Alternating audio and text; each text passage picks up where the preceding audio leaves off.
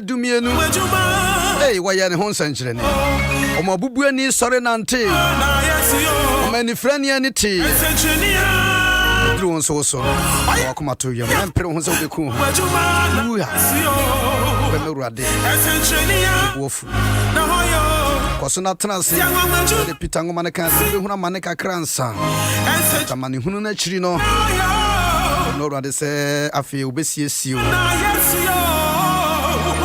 Pastor S.K Appiagyei menko asofu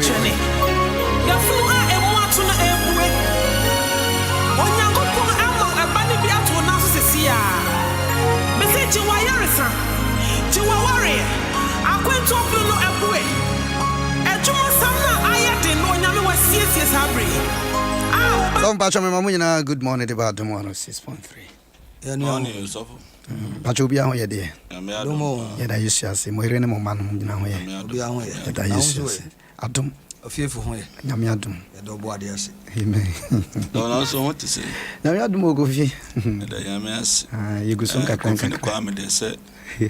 Me ba ya na de chia na so ba nti. Se ason dem sikaje kura no se omu yusu kofi ni. Me me ndane ko se anti se omu kofi ni ama. Enti ba masa de yusu kofi ana ba sa de me da yusu ama anti kofi ni ama.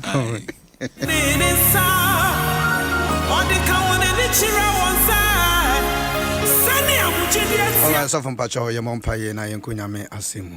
Yada wa sibio ora asede nyina ya wodia. Ye hwe soro. Ye hwe asasi, ye hwe po.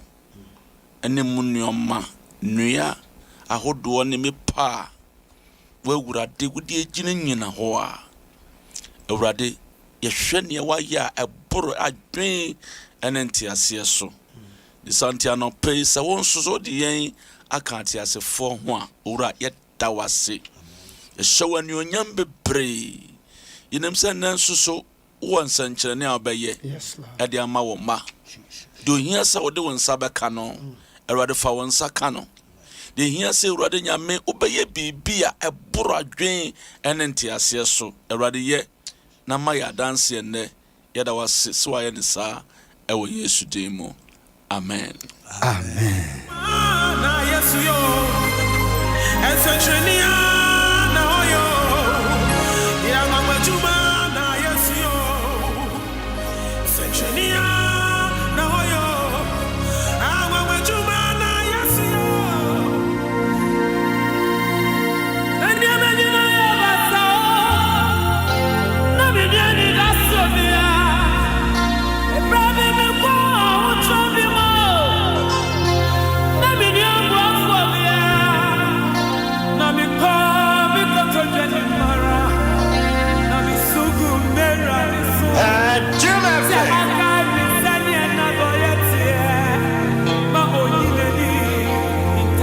So far bompaye awia yan hwa chiru no kakra na wotwe nyina no na ye boboso kakran kakra wa hweyi ho na wona wo pempam epobone afebinu mo ho kunuma me senema me kekane ho asem ene pobone ahodo bebre yehu bi wo bible no me yoti ase se de asi pen no esi nei niema ekoso na de nyame asonsa chia na yecheche wo mo si ya bompaye wo ha nyame we mpaye botifo nti ye bompaye ya bible se me bompaye ya onyame nya adwumaye nti ye bompaye eno akra de ndemi hu na akɔhye hotel aprane sa empinota abo ne din wa hapa kɔhye hotel se ye nku no a police phone tracing kɔhwe a yedru a be hu se ensekan ene enti wuku nipa no no wu a na den pa na wenya nti ye bobo ho mpa ye bia yenwie ye kopem se onyankopon beba da bia ye bobo mpa ye e good a ye bobo e bad nso a ye bobo won transe na Ghana so wutie na won sonso no waye ho ayere ho na wo ye binum yodum kodi ensamone a wo de kekakɔ obo mo pa.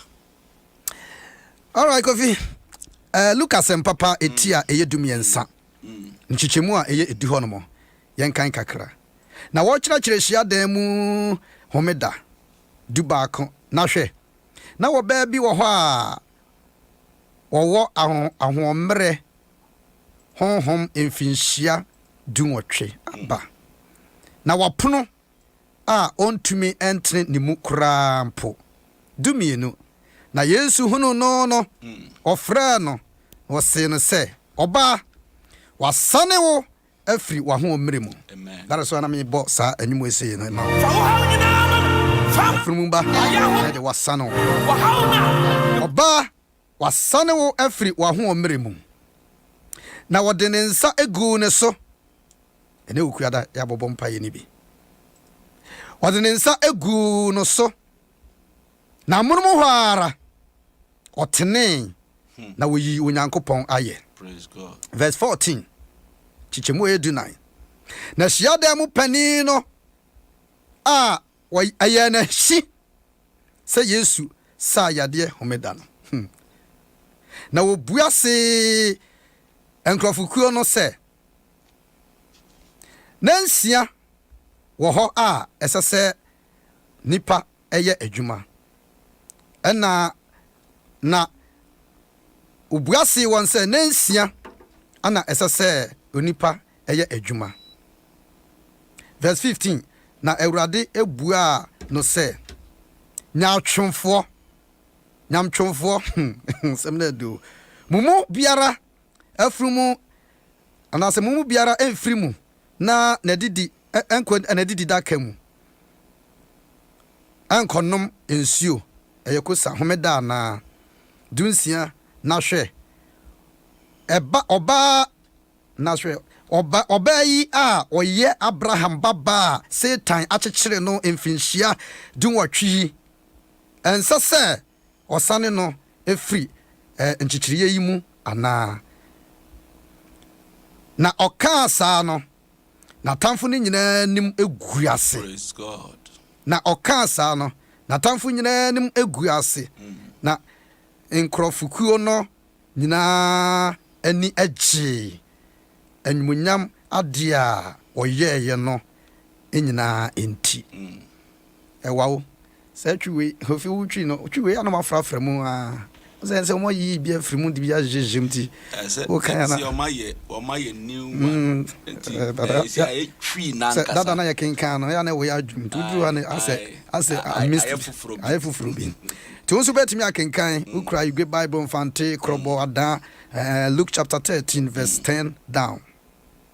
Yesu abewiase a soma wo nyame soma no ade bi ni wa ɔde hinta no papa be ye adwuma nyama pi no ofa mu ne koduru ba bia ɔkɔ kyerɛkyerɛ ɛwɔ hyia dan baako bi mu kɔna nkɔfokuo bebre didi na chi wɔ kyerɛkyerɛ no na maame bi wɔ hɔ no mu a wɔde mfinhyia dunwɔtwe a ne mu opuno na maame ntimi ntene ne mu enti na different ne fie ba nyina no sabe akwa sɛ obi a ne tihwa fam te sɛ de aboa na enante ontimi mpagya ne tiri na ne mu atene ne mu apuno saa da particular day no sɛ maame na ankɔ asɔre a enka wɔtɔ fam ye enti ya mo wo pepa sɛ obɔbɔ mpae ne ade a wo ya se ya ka me mpae bom memfa hyɛde mama dan adwiri egu ɛno asɔndan ebuo no me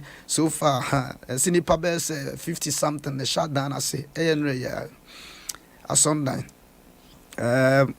menim de besi nɛ ebi ene no mo bɛma de asie bi aba bonten empire na yɛsrɛ Awurade abrosan o sɛ yɛ asɛmo na maame mu opru ontimi antre ne mu ana Yesu ho no ɔfrɛ no sɛ maame bra ɔbaa no ɔde ne nsa gu no so ana wɔse masane wo afiri w'ahono mmere mu ankyekyereɛ bi a yɛakyekyere wo no ɛne masane wo afiri mu ɔka saa wie no Bible sɛ ɛhɔ na hyia da mu pani no wɔdwa na nka wo pa na wo maame ana wo nua ana wo sister hyia da mu pani tie me ka Bible hyia da mu pani enti maame mu oprint wonya wo mɔbɔ emfinhyia dunwɔtwe enti wote wo da Yesu wisi ɔse nyatwomfo wo ye nyatwompa wo ye nyatwompa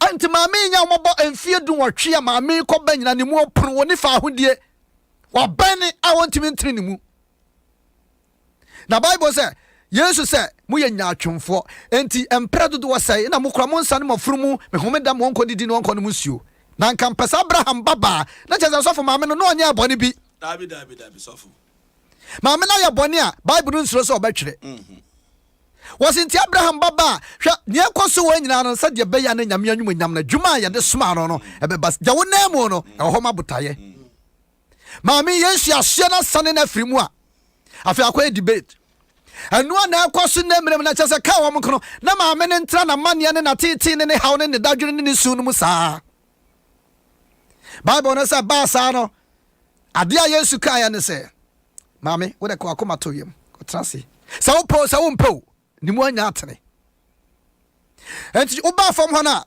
me di ba wie na ose na ma na tamfo na chese wono nso tia sondam ho na maame a wo ya mobo say wo sa wo tamfo edu bia wo tamfo no aye ne da ma wo kwa wo ti fie wo tum se wo ni adwuma ya ni atwetwe wo fa bag se me kwa me si enakoi wo pia no aka che wo se me kwa adwuma ba tujidia na mon adwuma bia ni ho because wo ka wo na wo pia no asha da sa ba fie wo ti compound house na hwe ensem mo ka wo fa Bible kura se wo kwa sori a eye bi no ya enti ya nkofo ya se maami ya sane na firi na ho omrem tinka ne life wiase oba ya nyina no ono de won tra ono mo san kosi se wode be ko wuo a obia entimi emwa no na Bible ne se eba sa no hia da mu mpanimfo ene na tamfo no wo manimu eguase ena no pa me ka kira o se wonyame ti ase wonyame otumi ade nya obema watamfo bia ne mo guase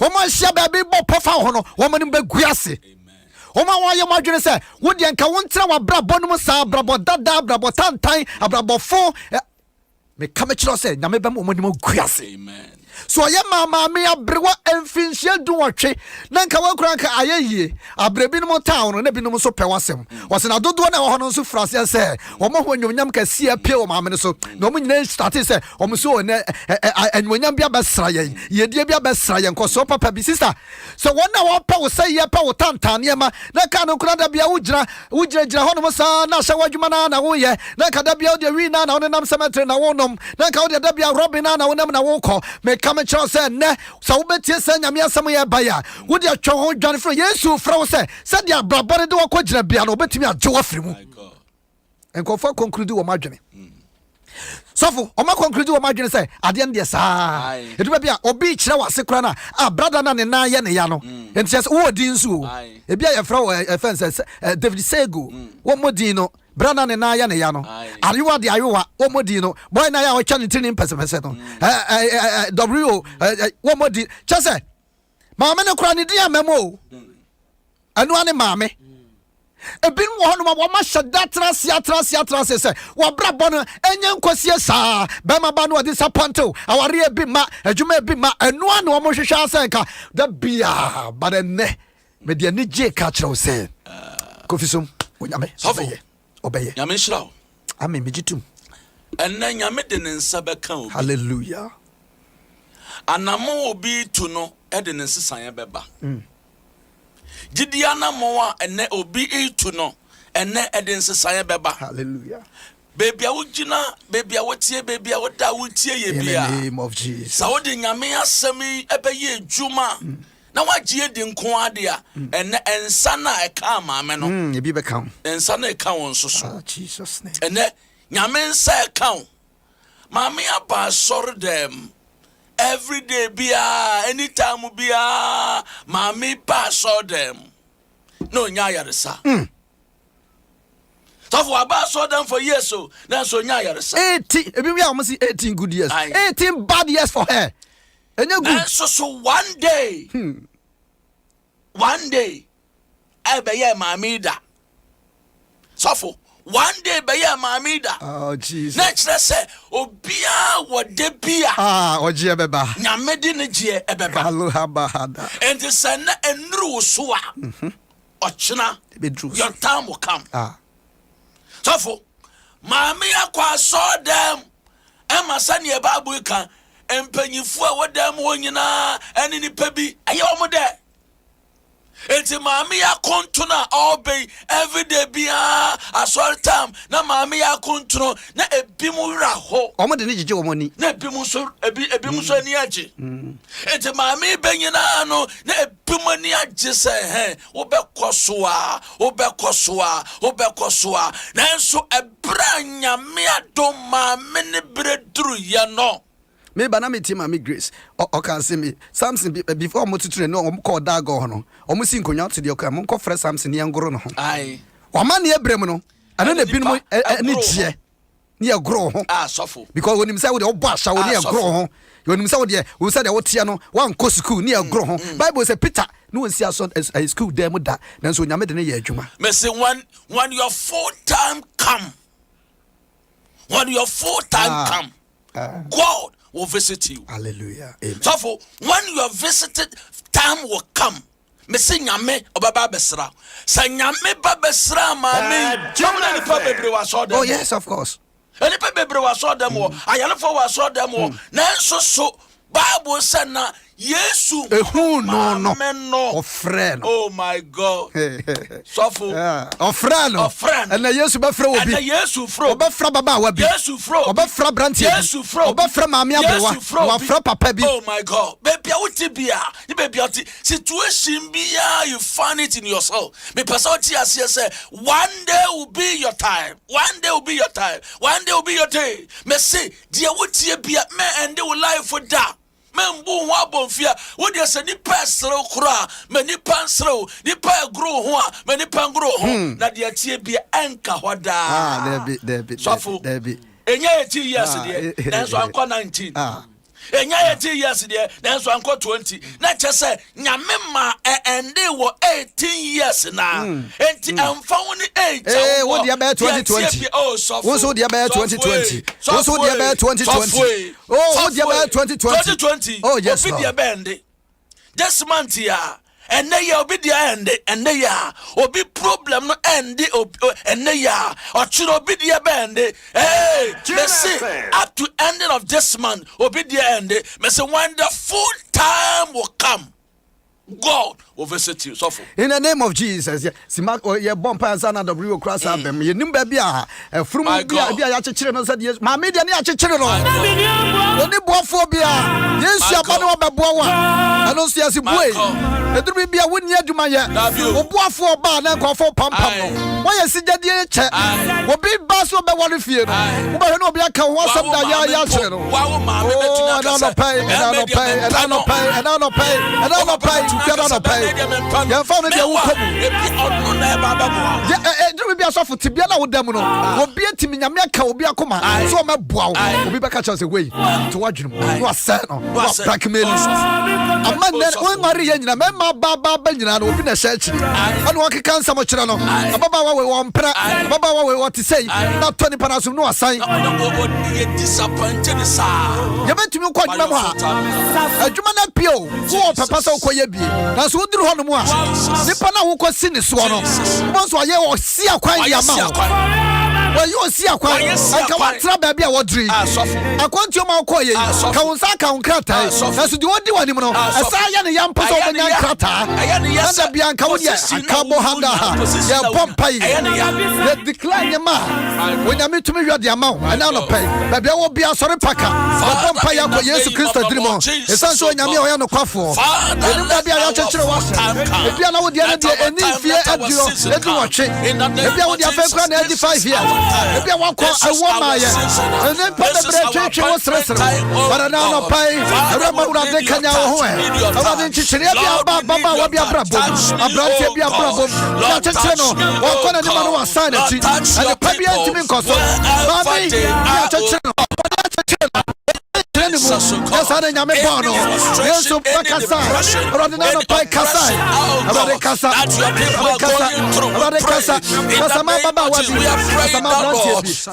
Touch your people, oh God, wherever they are, wherever they are listening to us, so God this morning, we pray that Lord touch them. In the name of Jesus, this is their time.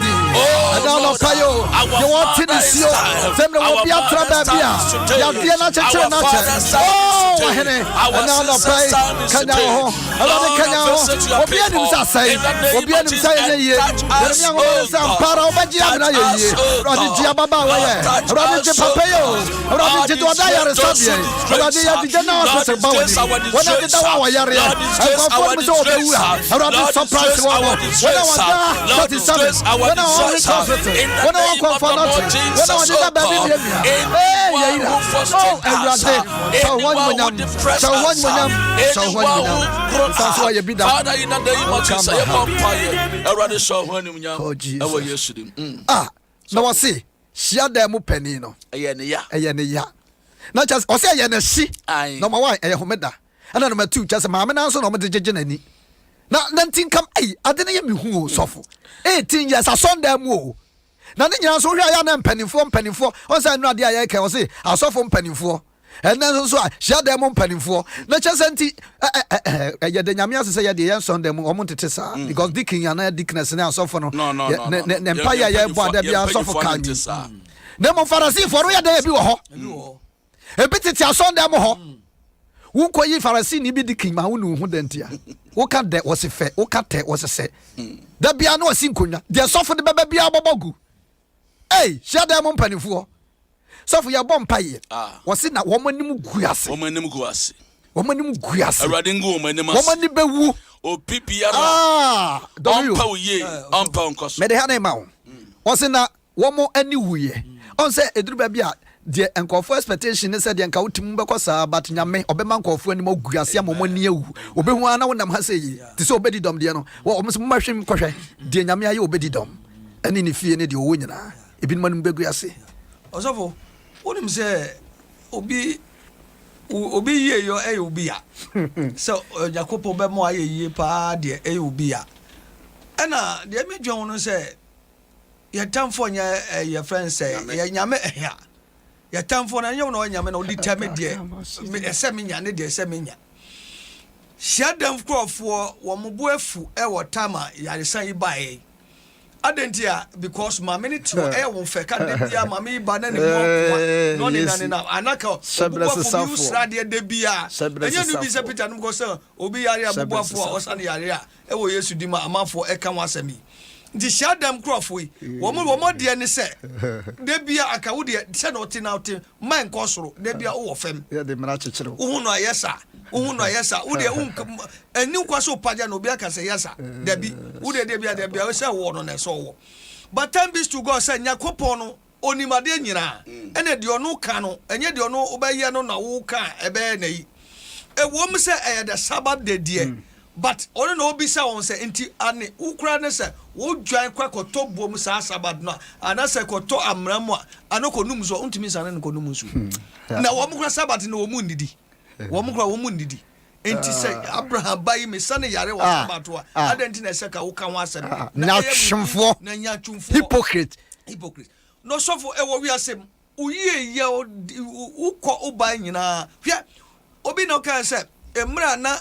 odi hia no bi nim say wakoji hia duro onya bibi kakra bi o start so bibi pe yesi wakoji schedule enti de bia ka me de me nya hia ni mimi hia na me di no eyo de se de bia ka me de me ni hia na ka de bia hia me akadebia ma me nkọ asọre na debia ka hia me na sakra kakra Nyakopo ba mi sakra kakra nti eyo ya se ono no so kọ asọre no so esi enti wo hu se mrebia m no sofo obi wo position a otimi gensi wo se we na kọ ese asima to akọ ese osofo segu na ese osofo SK na ese dobi o na ese ono no akọ se ono wa ese meanwhile wo mo nyame enti se na wo mo ti bia wo mo ti ho etitayen wo mo ye se de ebe bia wo beka wasem ba nyame nyame ono no kasa bibie ye din enti no whether they like it or not Yesu asayare ubumfo Yesu asayare oso Abraham ba ese me ye na Nyakopo ne nyam no endedi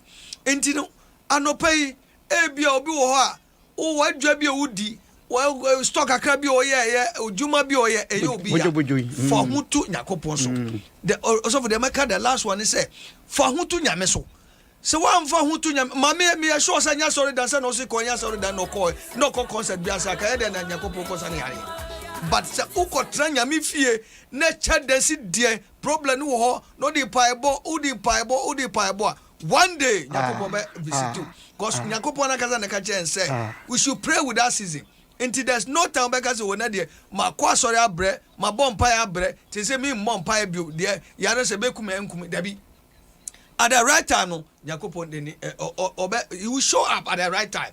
Say no wa pio mama abrabom at the right time no Yakopon be yi ni ho adi amaw na say yaresa no gie no e be bro no ho ato osofo Adom 106.3 ena guso a wotie megidi ye se ba bia ye dru no sade wotie bia no onyame na ni ku ho abrewa animu opun 18 years there 18 years o na chere se wo hwa ni fie bi ekonimu kura dia maame na kasa de wanyin maame na nyin ba yare no na atana na so for 8 so for aya no sinia makura na obi ani waje so de hata form enya yizo ebe yare so amfa fi 18 years o ebe yare we so amfa fi so wanyin dia na se amfa fi oh ka cho ne beka so de free ne na yamba but he knows money ade na chiri 18 years dia na ebe wanyin na fe no obi wanyin na fe de ni mu apu ontimi paja ni patrimo de ni patrimo ye den na mafoti asoda mu mompa ma no nesa bontin so fu obi abe bompa no anya yaresa obuefu ada so enya my china ka se ni pefie fo o se ma ji tantati o se ni pefie fo na be na tamfo enti do ba bia enya wo tamfo ne se de wa outside do ayewudin and say we asori dem fo ai ayewudin wo betimi a preach awie pa na bi no adwa abedu adwa wakoka obi asem ti wadwa preaching na ko wo bi ti wadwa enti ya de Yesu ho da bi so be Yesu ya de Yesu no na de Yesu de na wo de on fancy o de ye me a o de be ye mo nsusu o tufo o de ye me a o de be ye mo enya nwanwa da bi Mrs. Webik asamba ko ya otaka o Italy bless asem so God beku me na ba habri na o say na I say enya nwanwa Ma Mariam, good morning. Also say, "Hey, nwanwa." Enya nwanwa. What the Yesu? But sister Tiasia say Yesu atumi kura no okasa obi ntimi challenge no. Say na Yesu so obejo afi ho mre no mu a obejo. Ebia no wo train for the next day. Ebia no wo train for the next 2 weeks. Ebia no wo train for the next 3 days. I can assure you say obeman sesanya ba. W bompa ye na afi yembie ya ho manama tiefo. Erade ya dawasa no pae mo asema aba. Ora ye pa boni nyina se obi ti amane bi mu a ehwe oje Awurade sane berje no obi ti amane mu a problem bi a amafo de ni se akane de onka fam man ensore da ora braba beje no esan se nim se ukuto no betimi aye so watimi agi obi 18 years di a no de yare samane di a ora de enam nyina etiefo ne enam nyina papa mo basanye kese waso na wi a ide se da kese ma Yesu dinti amen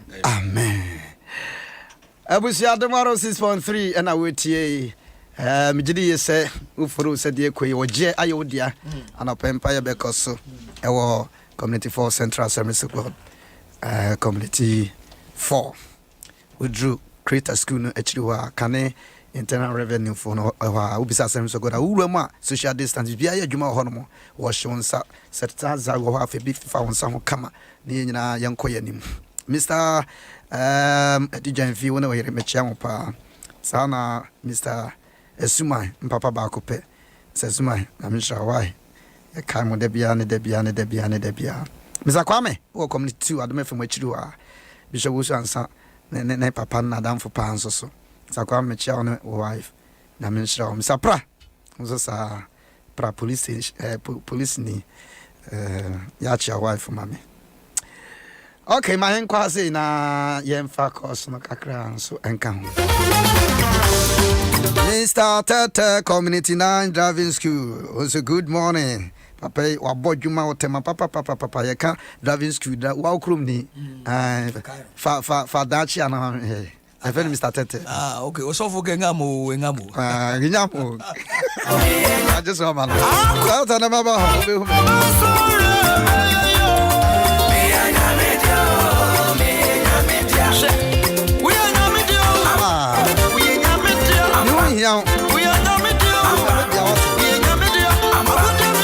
0302216561. 0302216562. Adom 106.3 FM and I will tell Mama moments good morning. Good morning, Asofo. Hey, I mean, I can't say, so Casabella Jack, a year we are the power. You, me patch ye team. What Asofo? Mama, one year, Juma. Amen. Asofo, when you be your cry, you'll be submitted. Nanka. And as a summer to be, you can be to jam sere. Na abetra so jam so o twa mani fe nkyɛn a na ɔsere ɔtwea eti ebia na maami ɔwɔ hui na yɛ adeɛ nipa ɛnam so ɛde yɛ den ɛde gye wɔ mani ahosuo baayɛ asɛm asa ne yare ana nipa fa so de jiska afe so a o mɔmi amua maami ne mpɛ nani bi ma na afia so odi ne nya bi sɛ ɛno so yɛ ɔmo ɛne debi na se nyame asa ne yare a nkanya mu nyinaa mo ne bebo ade nyame ase evia se we se efitete ena nipa bonefo ba nyame shira mo osofo mefa saa kwa yesu na efu mama happy birthday nyame shira no na ne da ne kom hatu bia onye emana Let's make that say, do about who good morning. Good morning, S.K. More for the call for money and Casa free here now, didn't If I told me to for okay. If I saw if I send me so for nearby someone nobody agree. And nearby is sure ya bra bomuda. So what now you no need e bi ada to do crazy no be ya wa adoma no bi ba dumo now be ya go abefra wo tu asan ko ni awu ni akristo bi de ba hwe wo e ya sa wo de wo se fantasy bi ha tan la nje ya di e so wo akristo tu ene amma mu so wo no mu wa juma mu ne bi a bi da o be ya ka ye ni aya si na fu sistemu o kan tu ya ho ni ansi saje fine enya kupon conference yo medas monsieur das do ba nwa sun pacho good morning.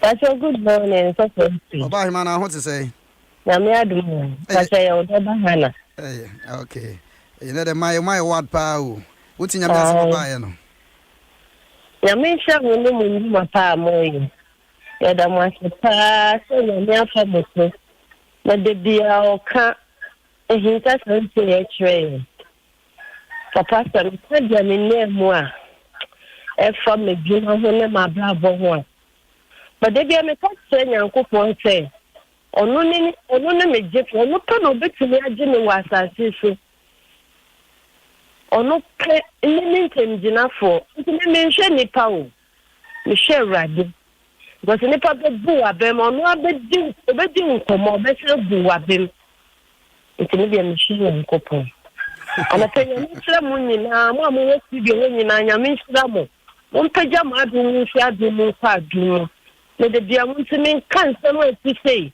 entre ye kra ana penya me sra mo na papa nyame bo Friday ye me birthday.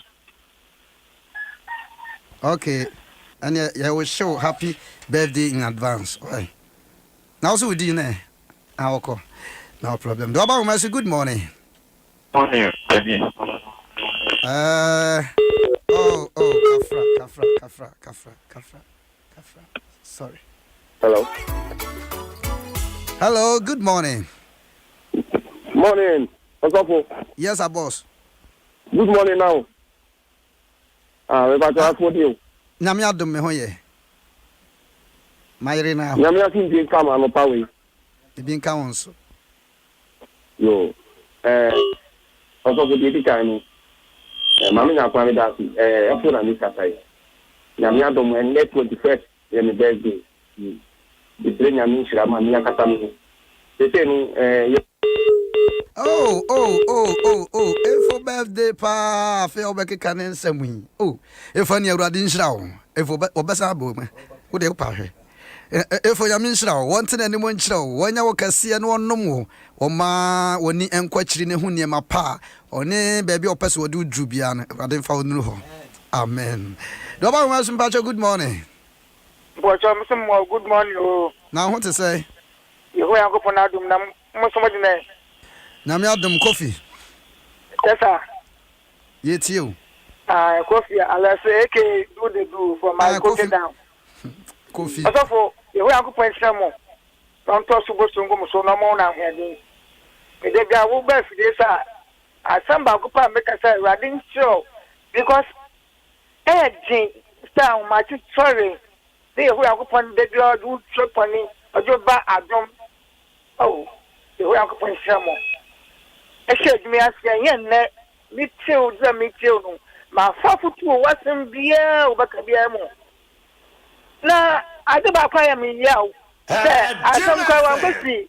I went to, but I said them. I said them one after me, see, but this year we're coming. Where she will be, but you are said them. And she said, I said them, Grana, for I some way to her. They fear there a bad day. So say akwa na ko pon hwemo amo na hoyedi amen men so me dance pa nyagopo enhira won so ane wo kan sa no you say aye hia da mu panifo na hyi hey obi anya waje na afa ne ye hu debate wo ye mp ye obi hyi papa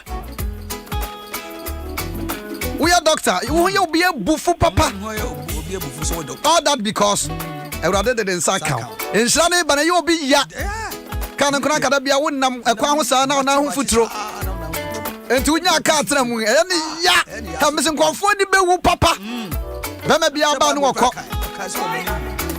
wose na wo mani mu guase mesen konfo bia wo mo tetaw no mape wo praw asewo etwitwa wo nantini asi wo hu ye na hyi Awrade be mo mani mu guase ka wakoma to yem man hwe tibia no ba bia akogina bia Awrade betimi de nsa ka 18 years okay Dario ubetimi do contact na to bia na be perfect me da also bebre me chia me sister bi wo German e wo Hamburg otie pa ba this no pa yoti ni computer on sister Lydia ya me sha cautious of my say my bad radio me number 0244328717 0244328717 ya me sha mo madafo fo nyina amen OTW nka sana wote asafu sigun sonka ina ni ebo mu ne yade nyame asombre wo Pastor S.K Appiagyei looks there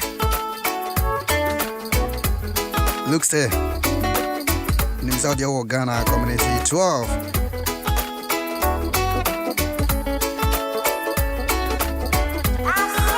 kitchen shop community 12 as I'm sorry looks there buy me shade huni ye kura o chia ukunu o kata doa Mr. Luke we bia wutie bia na Awrade ntere ne monchiro no wanya okese papa Reverend Moses my good morning Reverend Moses community 1 AG and you Moses Adom you be share forces here nyame de ne nsankyere ne be ya dwuma bebre me Adom next month